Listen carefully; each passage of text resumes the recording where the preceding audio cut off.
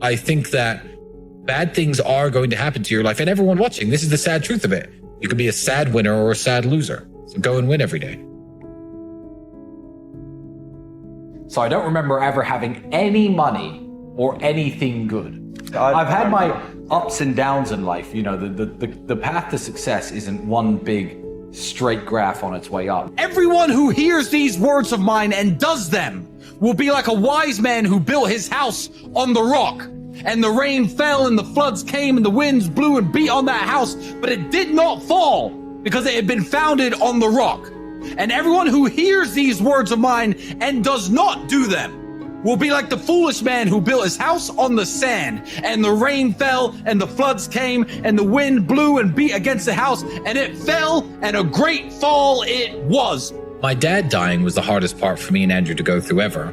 But what you have to understand with things like that is you don't actually have a choice.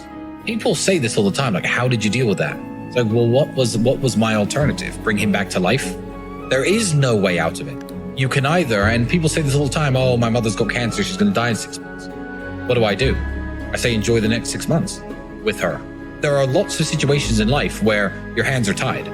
So with Dad dying, it was a simple matter of, okay, you can let this destroy you, which is an option, and people do this all the time, drink themselves to death, I don't know, start cutting themselves, whatever stuff people do to cope with difficult situations, or you can be sad anyway, because you're sad either way. So you can work 18 hours a day, not let anything distract you, and stay focused on the mission, so that way you have less time to think about it, and you can be sad while you're working.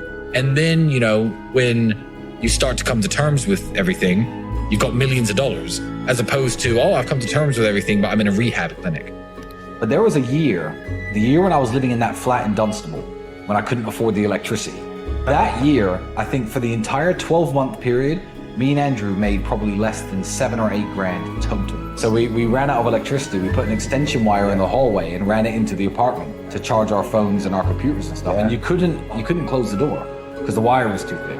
Now that me and Andrew are in a position where we can guide young men, we can give young men who perhaps don't have the guidance they need a direction in life. And we've learned the hard way from trying different things, from coming up in a very bad way. We've learned the hard way how to live as men. So nowadays when people are reprimanding me because when I was 25, I started a webcam studio, and everyone's saying, oh, well, you know, you shouldn't have done that. Well, look, I was a 24-year-old with no money, struggling to pay the bills, who found a completely legal way to run business, as though when I was 25, I was telling everyone in the world, look, young men, everyone needs to be like me, I can show you the way. But that wasn't my message back then. I was a man trying to put bread on the table and trying to make money. It's one of the reasons that me and Andrew always preach about, you know, financial success and making money and all the things that we always talk about, because we understand that as ugly as it is, I guess, that the world revolves around money in such a way.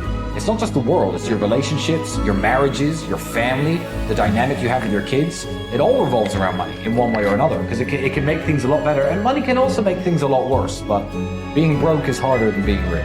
And I couldn't do fun things, and I couldn't go to nice bars or nice clubs. The fact that I was a kickboxer got a lot of attention. I could beat another man up.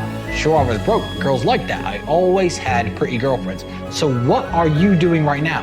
If you are just a normal guy with a normal job, doing nothing, you don't produce any content, you're not talented, you can't do gymnastics or play the guitar, do something. Every dude on earth, and you're just another one of them. Unless you make yourself different in some way, you will never get scouted out. I don't think I found my purpose in life until I was 32.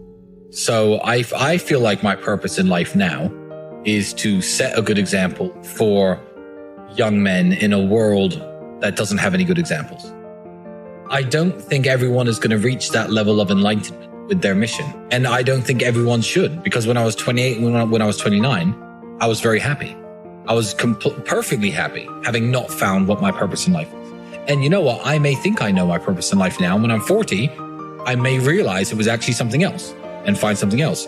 No, I don't believe life has to be a purpose. I just believe in making sure that you are happy and making sure that that happiness is spread as much as possible to the people you interact with and the people around you. That is a way to live a fulfilling life. You don't have to have a mission to live a fulfilling life or a purpose. You could live basically by yourself your whole life. But if you really enjoy yourself and you really enjoy this trip around the sun that we're all taking, and everywhere you go, you're polite and you're nice and you're kind, who cares that you didn't impact the world, People will always talk shit. People will always hate on you for doing well in life. But if you're a young man and you've closed your first big deal and you have your first bit of money and there's a car you want, maybe it's a BMW, maybe it's a Mercedes, I would say, with all the financial advisors and business nerds on Twitter who will tell me not to say this, I would say go out and buy that car. And then that car will increase your image, and then continue working, continue grinding, and then buy more cars. I used to lie and say you never have more than 5 friends your whole life. And that was a lie. Because what you have to understand is you're walking through the world hoping to meet these friends by random. By random chance, you're going to run into a guy with the same values as you, the same mission as you, the same mindset as you, the same goals as you, who's aligned in every way. You're not going to meet those people walking through the world.